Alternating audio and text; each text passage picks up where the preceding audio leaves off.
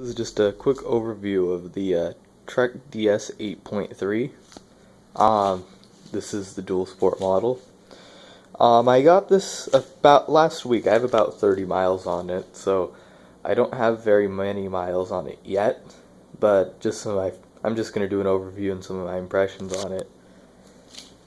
It was for my choice, I was either going to go with the DS or the FX. The reason I went with the DS is because even though most of my commuting, which is what I'm going to be using this for, is on the road, I do want to be able to go on moderately light trails because some of the areas I'm commuting on aren't the smoothest, and I'm going on the local bike trail for part of it.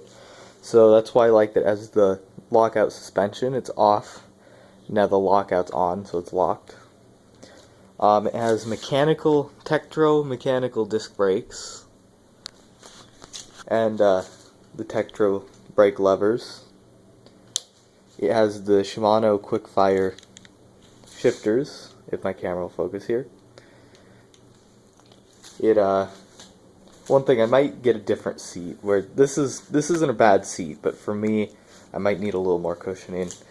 For the back, it has Shimano Akara derailleurs, and on the front, I believe they're the same derailleurs on the front, the same line of derailleurs. This is the 19-inch. I got a little bigger than I should have to grow in. And it has 28mm 700C tires. I like these because they're nice and thin, but they also have a good amount of grip. One thing you could either do is go up a couple sizes and get more mountain bike oriented tires, or you could go down to 25 or keep it 28 but go with the slick road tire. That's one thing I may do in the future. Quick release on front and back. The seat doesn't have a quick release adjustment, which I like because it's harder for people to steal your seat when it's sitting on a bike rack for a long time. I lock my seat up anyway, just in case someone has an Allen key.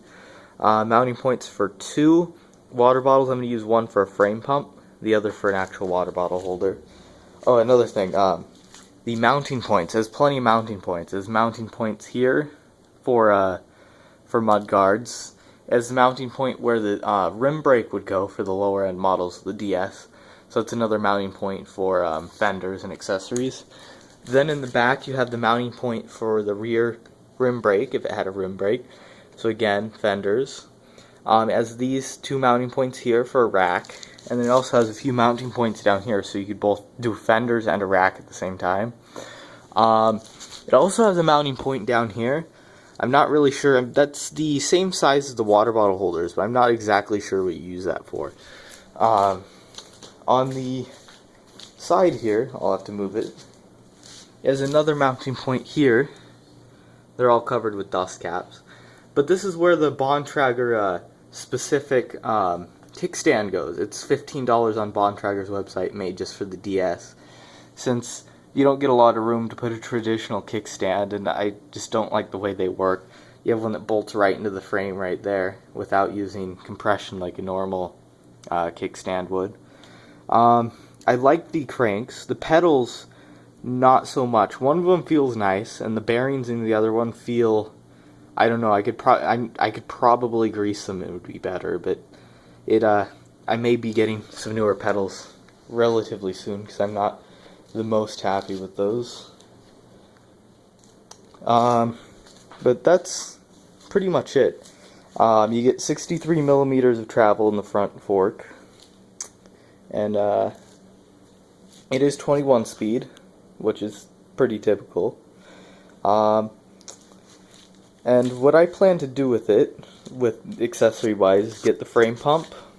And when it starts getting wetter here in Southern Oregon, I may get some clip-on fenders that have a mount that bolt on, but then the fenders clip on and off. Just because I don't want to be carrying around fenders that are permanently attached when it's not raining.